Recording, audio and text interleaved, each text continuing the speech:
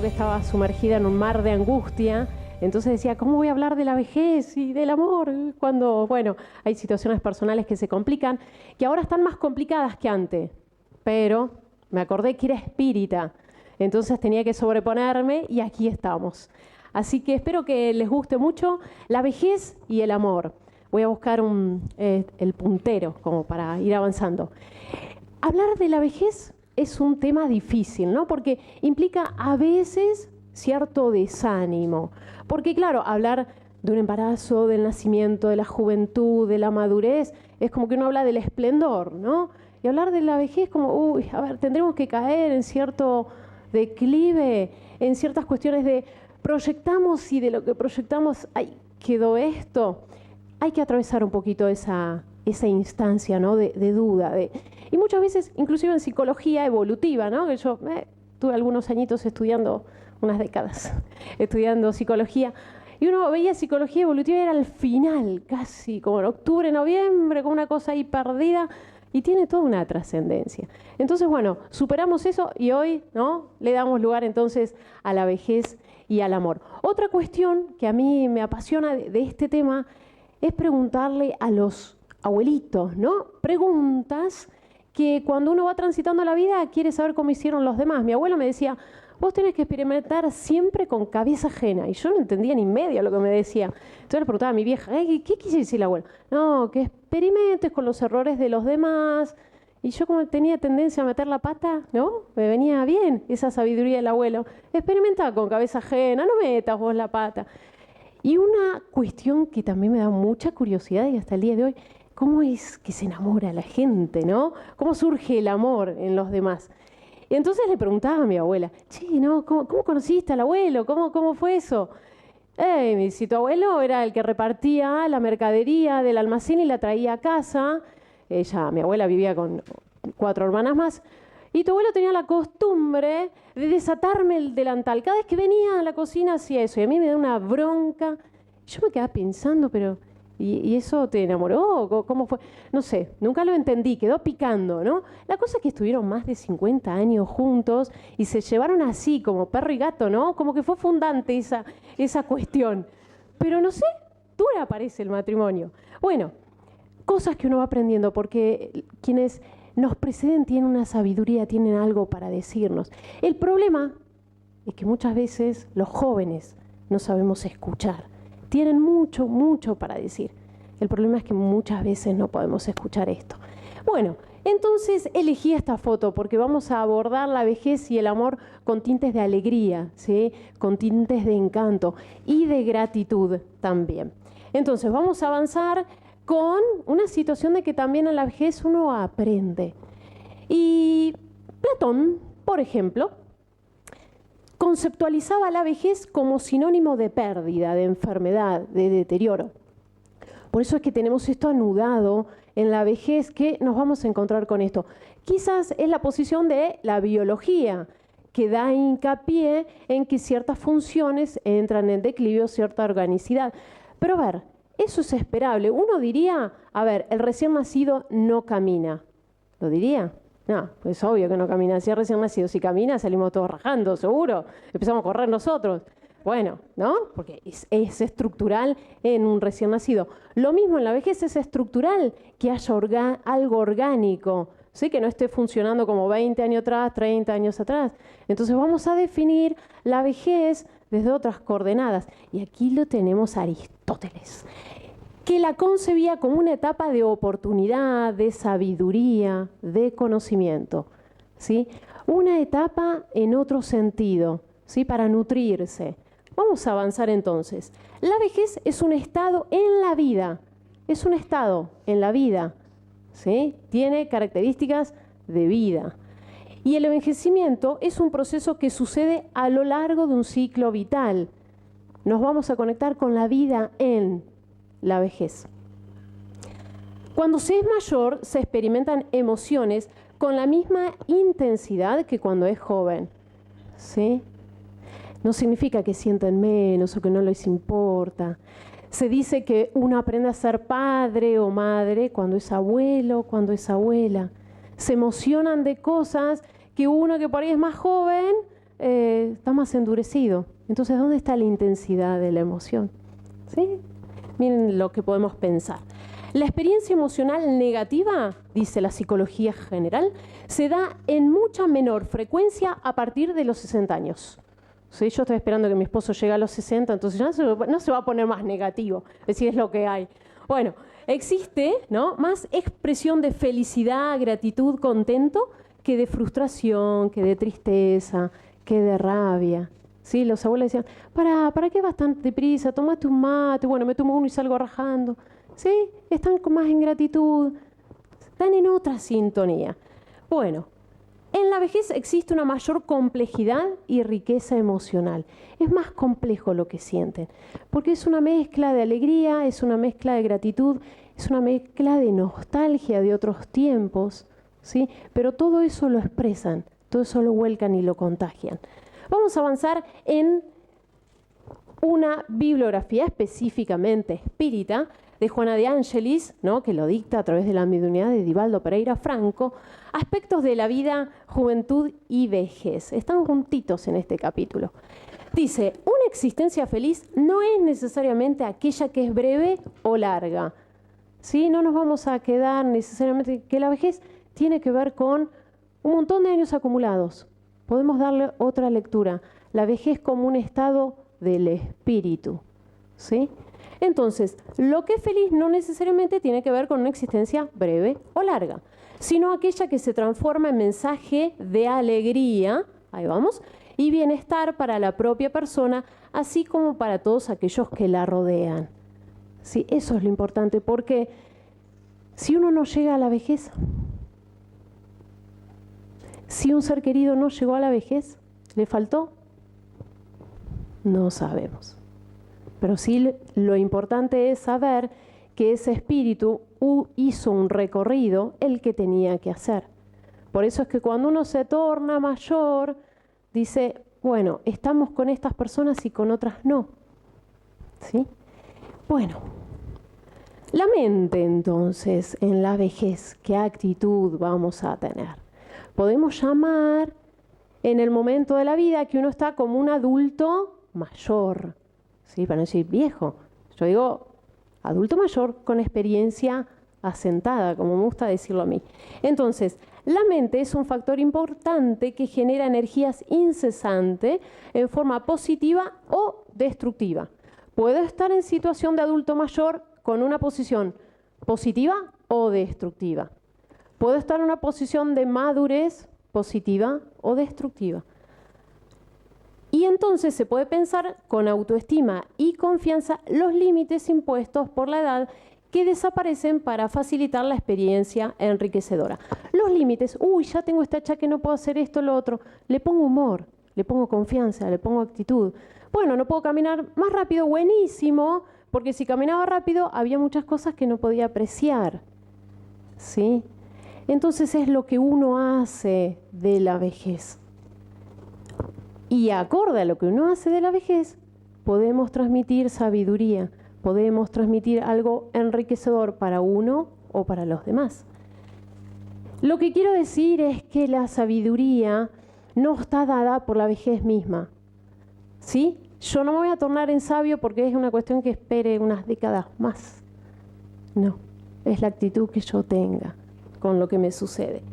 En general, y ahí está algo que Juana nos dice espectacular, la humanidad vive en un estado de sueño, en letargo, padece de la enfermedad más dominante que es la ignorancia de sí, del destino de cada uno, del significado de la existencia. ¿Sí? Esto es lo que padecemos. No es que uno va a padecer de la vejez.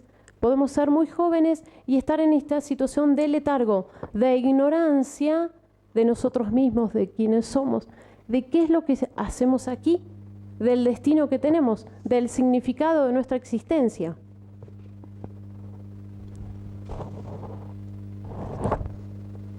La vejez, entonces, es una hermosa oportunidad para reflexionar y para pensar en lo siguiente. Podemos tomar esa situación como una oportunidad para dejar la materia y espiritualizarnos. Por estructura no lo va a dar la vejez, pero es una hermosa oportunidad. ¿Por qué? Porque uno le empieza a decir chau a un montón de cosas, ¿no? Por ejemplo, a los títulos profesionales. En un momento nos jubilamos. Ay, yo que luché tanto por una carrera, hice cursos y posgrados, de pronto me jubilé y ¿qué hice con todos los títulos que tenía en la pared? O en el currículum. ¿No? Entonces, o acumulé cosas que se fueron desmaterializando, cambiando. O hice un montón de cosas para que hereden nuestros hijos y nuestros hijos por ahí no lo necesitan. O en realidad heredan cosas, pero no tiempo compartido con ellos.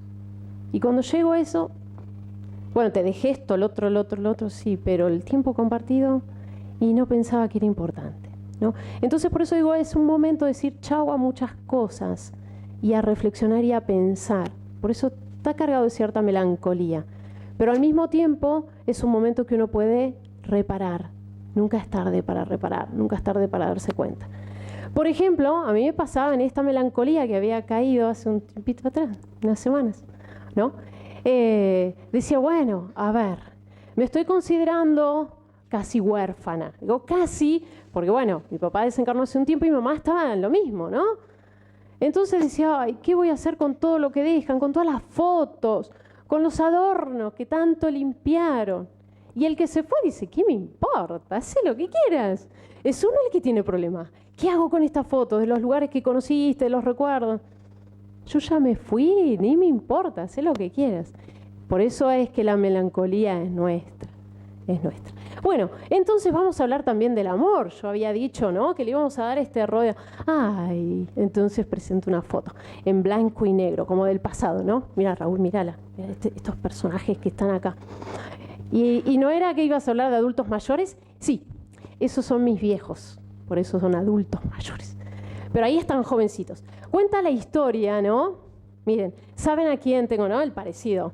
Este señor desencarnó a los 85 años de edad, hace 1 año y medio. Y con mi mamá, que yo también pregunté cómo se conocieron, bueno, fue sintético, no hubo tanta historia como los abuelos, un flechazo. Se miraron los dos en un bar, ¡chan! Bueno, no me tenían que explicar más, porque estaba a la vista, ¿no? Los dos guapísimos ahí. Bueno, no había mucho más para que decir más. Los padres tampoco te van a entrar en detalle. Así quedó, fue un flechazo. Bueno, entonces estaban ahí reunidos como recién casados, cuenta la historia. Entonces mi papá le decía a mi mamá, ¿no? Vamos a tener 4 hijos. Y mi mamá decía, ¿qué? Es muy fácil. Era un señor, ¿sí?, encargado de las certezas. Tenía la certeza que iban a nacer 4 hijos. Y ella le preguntó, ¿y cómo llegaste? Muy sencillo. Vos venís de 2 hermanos, yo de 6. 8 dividido 2, 4. Naciste vos, después nació tu hermano. Yo tengo 2 hermanos mayores, varones. Después 2 hermanas mujeres. Después 2 hermanos varones. Somos 6, varón de un lado, ¿no? Entonces vamos a tener 4. 2 varones y 2 mujeres. Y ella dice, ¿será así? ¿Será así? Empezaron rapidísimo, ¿eh? En 5 años, 4 hijos. Ninguno mellizo. Entonces vino el varón. Bien. Y después llegué yo. Chan. Dijimos con mi hermano antes de nacer, vamos a darle una sorpresita a papi. ¿Sí? Vengo yo, después venís vos, hacemos un enroque. Claro, nací yo y el obstetra dijo, señora, ¿usted no tenía un varón antes? Sí, tengo un hijo varón. Pues a su esposo le entregué la hija y puso una cara. Ah, sí, quería un varón. Aparecí yo sorpresita nomás. Bueno, después lo fui conquistando y ese enojo, ese yo así, el ceño fruncido, me lo copié también de él.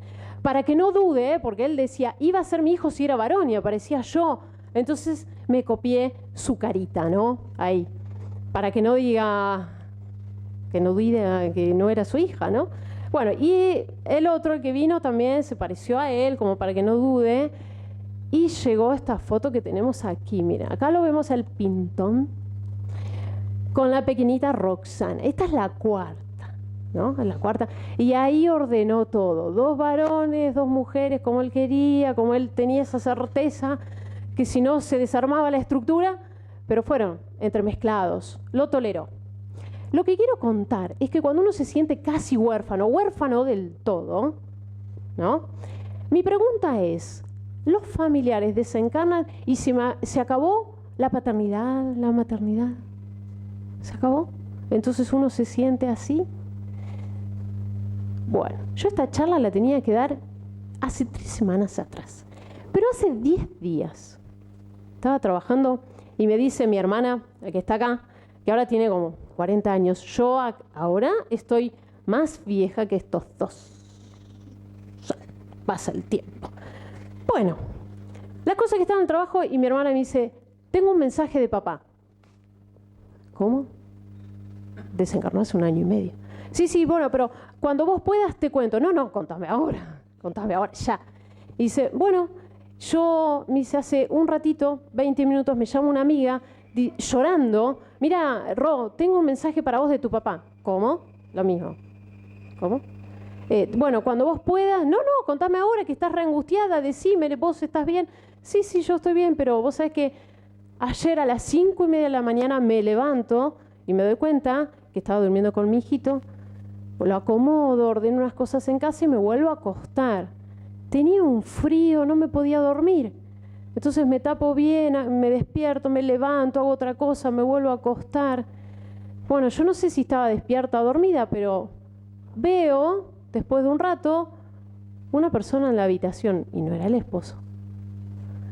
Y tenía frío y me agarró miedo. Y veo como que mueve así los labios. Y me agarró miedo y seguía con frío. No sé si agudicé los oídos o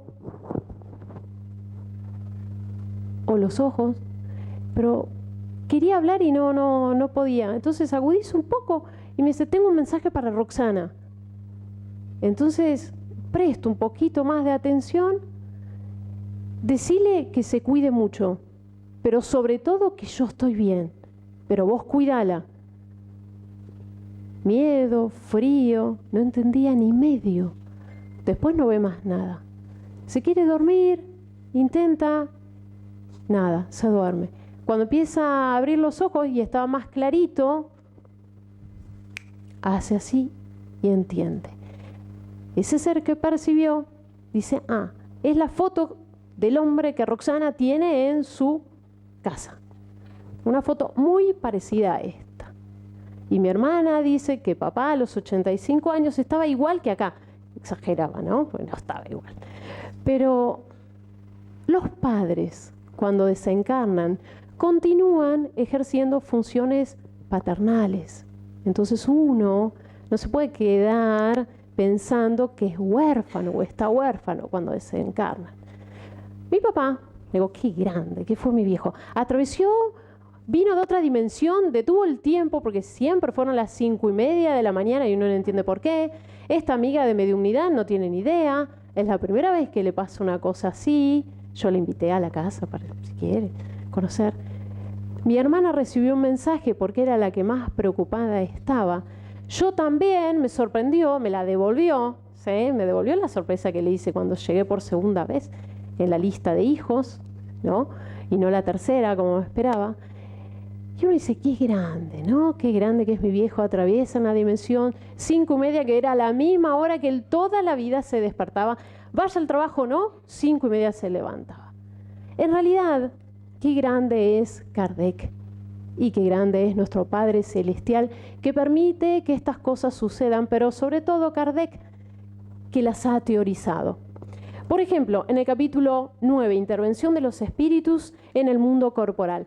Pregunta 525. ¿Ejercen los espíritus influencia sobre los sucesos de la vida? ¿Lo que nos acontece? ¿Los espíritus hacen algo con eso? Y responden, por cierto que sí, puesto que te aconsejan, ¿no? Mi padre estaba preocupada por su hijita más pequeñita. Pregunta 525A. ¿Ese influjo lo ejercen de otro modo que por medio de los pensamientos que sugieren? Es decir, ¿tienen una acción directa en el cumplimiento o realización de las cosas? ¿Intervienen en que se congele el tiempo? ¿Intervienen en algo que se mueve materialmente? Y la respuesta es sí, pero no obran nunca fuera de las leyes de la naturaleza. El tiempo no se detuvo cronológicamente. Probablemente ocurrió una percepción espiritual, ¿sí?, que hace que uno note que hubo una sucesión de cosas y fue un segundo, ¿sí?, o fue en un minuto. ¿Bien? Bueno, por eso es necesario estudiar la doctrina espírita para conocer lo que sucede. Vamos a avanzar en el amor, ¿sí? Sí, ya sé que estuve hablando del amor, pero el amor con minúscula. No es para ofender, pero es el amor afectivo. El amor con mayúscula, que es el título de esta charla. El amor o amor con mayúscula es una forma de remitirnos a Dios, ¿sí? Por eso lo ponemos con mayúscula. Dios es amor. ¿Sí? Bien, entonces a ese amor nos vamos a referir ahora y en relación a la vejez.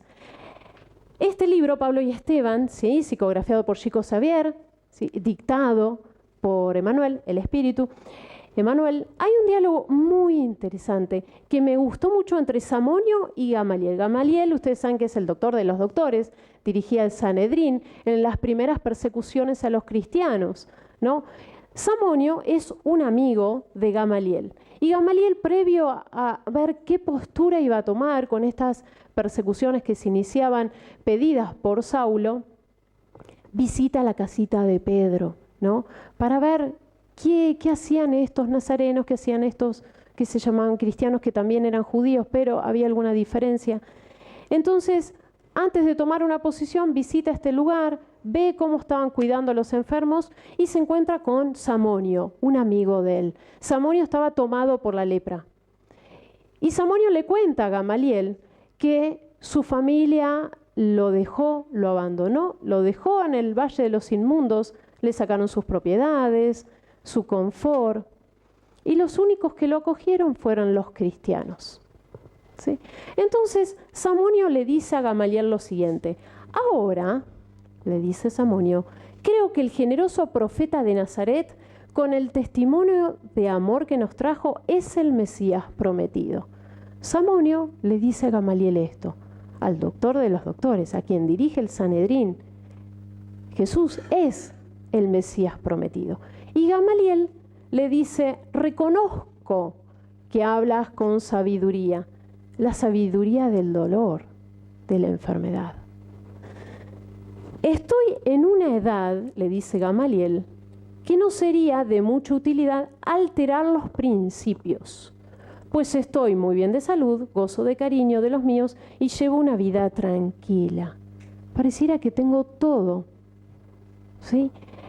Y dice, no sería de mucha utilidad alterar los principios, no sería de mucha utilidad.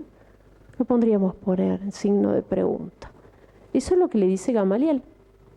Entonces Samonio, su amigo, lo escucha y le dice: es que no estás necesitando un Salvador. De ahí el por qué el Cristo afirmaba que vendría para los enfermos y los afligidos. No necesitas un Salvador. Hace un rato decíamos que la humanidad sufre de ignorar quién es, cuál es su destino. ¿No necesitamos un Salvador? Bueno, Gamaliel comprendió el alcance de esas palabras, que daba para meditarlas una vida entera. Gamaliel parece que no tenía una vida entera. En realidad, ¿qué importa si no tenemos una vida entera? Si vamos a tener muchísimas vidas más. No es pretexto para no meditar. Sintió que los ojos se le humedecían. A Gamaliel algo le habló en el interior, lo que le decía Samonio. Y le dice: estudiaré a tu Cristo. De ahí se va y comienza a estudiar el Evangelio que le da Pedro, ¿sí? Entonces, esto de que no sería de mucha utilidad alterar los principios, Gamaliel entiende que no tiene, por su vejez, la fuerza necesaria para revolucionar todo el Sanedrín, y lo que opta es por retirarse. Le deja la dirección a Saulo, quien había decidido iniciar las primeras persecuciones. Pero unos capítulos más adelante nos encontramos con Saulo y Gamaliel en un diálogo. Gamaliel le dice a Saulo renovado, ya Saulo cristiano, cuando Gamaliel se retira y Gamaliel le dice a Saulo que iba a estudiar el Evangelio y dice, estás loco, casi loco, medio loco, pero bueno, no importa, dirijo el Sanedrín. Bueno, Saulo sí, que después es Pablo. Entonces, cuando se encuentra Saulo con Gamaliel, que era su maestro, ¿no? Sabio, y cuando él también se convierte al cristianismo, lo va a buscar a Gamaliel. Entonces, en este encuentro tan bonito, Gamaliel le dice, Saulo, yo sabía perfectamente que el Salvador no me engañaba, pues alcanzo la vejez a través de la luz espiritual que manifiesta en su evangelio de redención.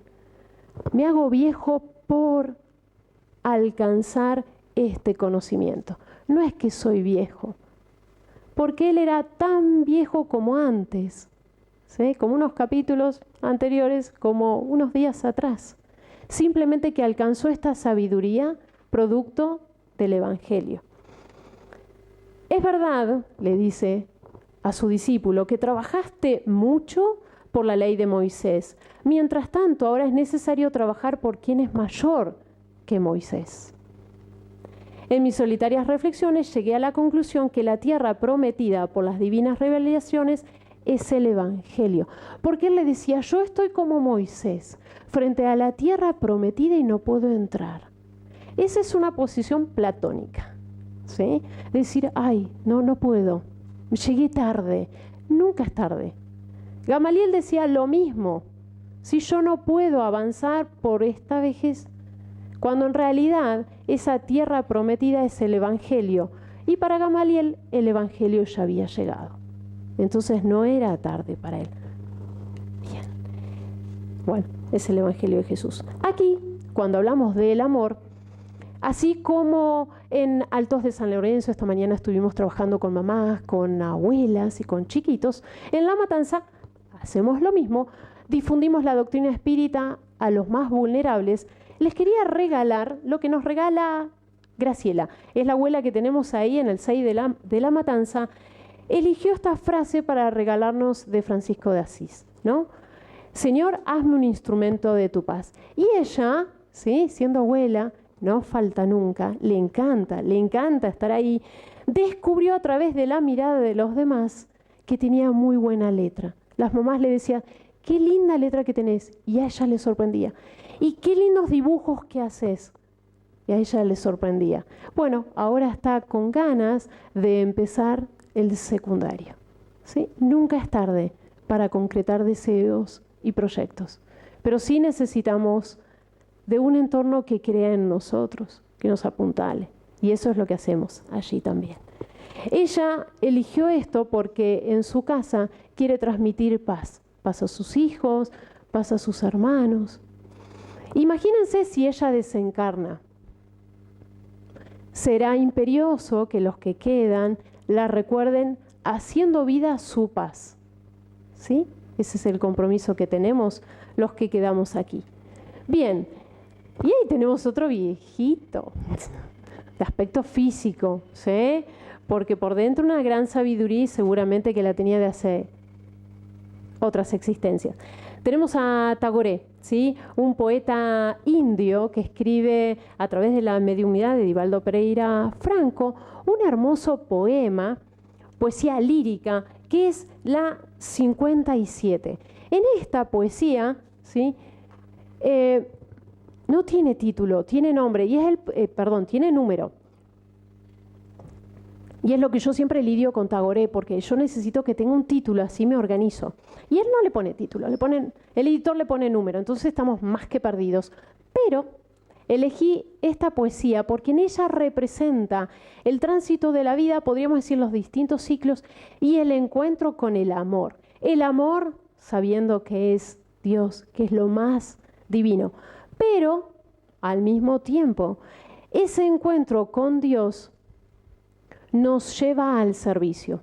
Como Raúl decía el miércoles pasado, ¿sí? En La Plata, haz del servicio tu religión. Si encontramos a Dios, sí o sí encontramos el servicio, no hay forma. Y si queremos sentir el amor, tenemos que estar en servicio. Entonces quería compartir con ustedes, honrando esa presentación de experiencia asentada de Tagore, su poema. Y su poema dice algo así: en plena juventud, como una uva verde que ansía la primavera para enriquecerse de vino, anhelé el amor que me hiciera feliz. El amor pasaba a lo lejos, con cascabeles y guirnaldas de flores, cantaba a los oídos de corazones festivos, mientras yo esperaba, apesadumbrado, en soledad. Alcanzaba la madurez de la vida y aún conservaba la esperanza de que penetrara en mí su claridad bendita. Mas no conseguía experimentar el calor de su presencia. Asomado a la ventana de la vejez, dirijo mi mirada hacia el puente que habrá de conducirme al país del más allá, a otra dimensión.